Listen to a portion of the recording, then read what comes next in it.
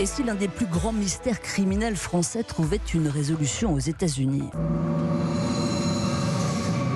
Nous n'en sommes pas encore tout à fait là, mais depuis que l'affaire du pont de Ligonnès fait l'objet d'un documentaire sur Netflix, les abonnés américains de la plateforme se passionnent pour ce fait divers, réagissent sur le site d'Unsolved Mysteries, les enquêtes extraordinaires, et croient le voir partout. Bonjour Anne-Sophie Martin. Bonjour. Vous êtes journaliste, vous avez beaucoup travaillé sur cette affaire, la disparition très organisée de Xavier Dupont de Ligonnès après le meurtre de sa femme, de leurs 4 enfants et des 2 chiens. C'était en 2011 à Nantes. Vous témoignez d'ailleurs longuement dans ce documentaire Netflix.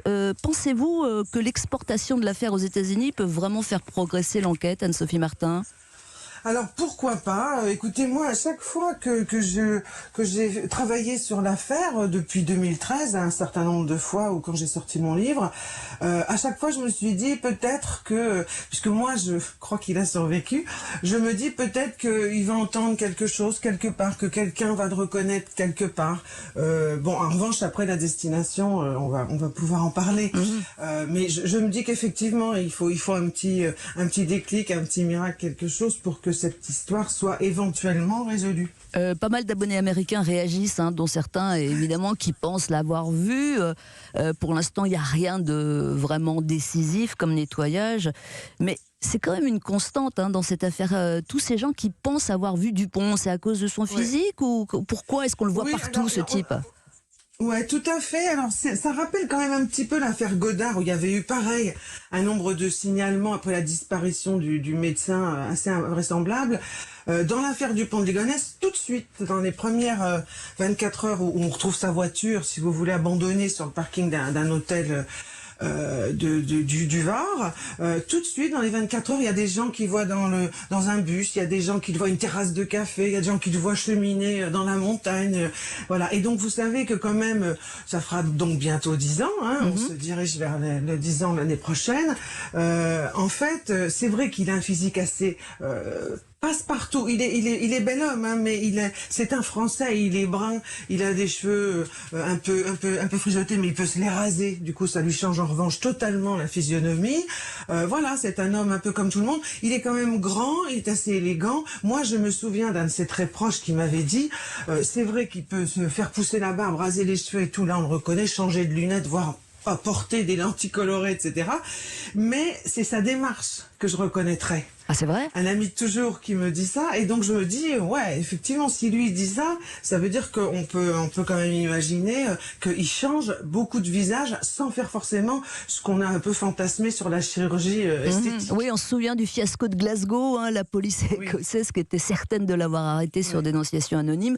L'ADN parlait, enfin bref. Cette histoire rend fou, on dirait. Pourquoi ? Parce que pour l'instant, elle est insoluble ? Bah justement parce que, enfin, elle rend fou parce que il y a une espèce de course qui a été d'abord menée un peu trop tard par les enquêteurs de la police et qui ont été presque rattrapés par des internautes. C'est ce qui est intéressant par rapport au volet américain là actuellement américain et d'ailleurs j'ai reçu aussi des messages d'Amérique latine. C'est continental. En fait. Ah oui, c'est vrai, oui. Oui, et donc en fait, dès le début, les internautes, les hackers, les geeks français avaient déjà trouvé des éléments privés sur lui et sur sa femme que la police n'avait pas encore. Donc il y avait déjà eu un peu de tirage sur qui va arriver le premier. Quoi qu'il en soit, la police démarre assez tard. Elle ne rattrape jamais le temps perdu. Lorsqu'il s'en va, il n'est pas recherché, donc c'est très pratique. On peut à peu près prendre tous les moyens de transport. Et après, il y a toujours eu du retard. Et surtout, la police française a pensé tout de suite qu'en fait, il se serait suicidé.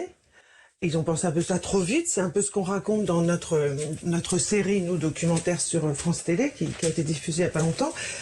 Si vous voulez, voilà. Après, le retard, en fait, ne peut pas être comblé presque. La police pense qu'il s'est suicidé, fouille en faisant des campagnes monstrueuses tout l'arrière-pays du Var, et ne trouvent rien. Et les chasseurs que nous avons interviewés nous disent, mais nous on a tellement ratissé partout que s'il était là, on l'aurait retrouvé. On a retrouvé des chiens, d'autres choses, etc. Bon, voilà, donc il est vraisemblablement pas là. Alors Anne-Sophie Martin, vous le disiez, hein, vous avez réalisé des docs sur l'affaire du pont de Ligonnès, notamment le mois dernier pour le 13h15 le dimanche de Laurent Delahousse sur France 2. Vous avez écrit un livre enquête en 2016, Le Disparu.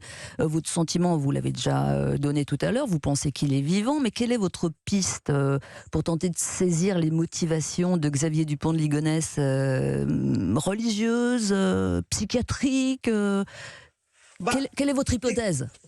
Le problème, c'est que je n'ai pas de boule de cristal, Pascal. Je pense qu'il y a un peu de tout ça. Il y a un type un peu en bout de course, à 50 ans, qui a presque failli réussir, qui a peut-être même été un peu d'avant-garde sur ses créations de sites de commerciaux là, à travers la France, mais qui n'a pas mené son affaire. Il n'a pas mené à bien. Et ça fait des années qu'il tape un petit peu d'argent tout autour de lui.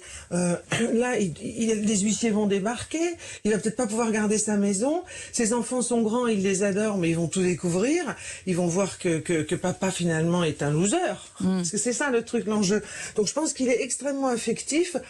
Religieux, bon, on a retrouvé quelques interventions sur des sites catholiques de sa part où il fait un petit peu de l'exégèse, mais c'est pas vraiment une foi. Il dit qu'il a perdu la foi, etc. Mais effectivement, sa mère qui elle est très plongée dans un mouvement très radical et qu'on a pu soupçonner d'être sectaire, etc. Le considérer comme élu. Donc lui, il a certainement vécu, en tout cas psychologiquement, avec l'idée que c'était bientôt la fortune, bientôt la réussite, etc. Et de fait, la vitrine fait que cette famille à Nantes vit de façon assez bourgeoise et très bien insérée et heureuse. Hein, espèce d'image, d'icône de la famille. Je pense que, pour revenir à votre question tout à l'heure, c'est aussi un peu pour ça que c'est devenu une affaire qui a déchaîné les passions. C'est que c'est une famille un peu bourgeoise française, catholique, iconique.